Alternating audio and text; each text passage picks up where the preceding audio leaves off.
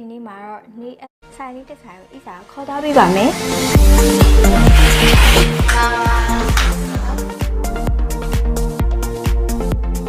ဒီဆိုင်မှာလက်သေးဒီဇိုင်းတွေအများကြီးရှိတဲ့အပြင်ကမှအချိန်က10မိနစ်လောက်ပေးလိုက်ရုံနဲ့လှပရဲ့လက်သေးလေးကိုပိုင်ဆိုင်ရမှာပဲဖြစ်ပါတယ်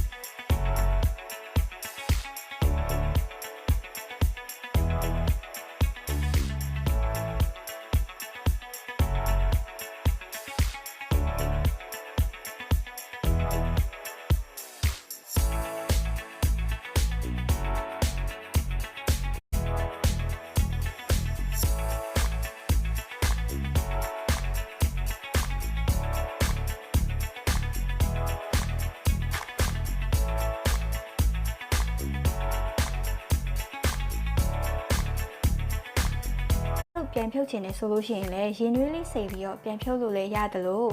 ဆိုင်မှာလည်း free လာပြီးတော့ပြန်ဖြုတ်လို့ရပါတယ်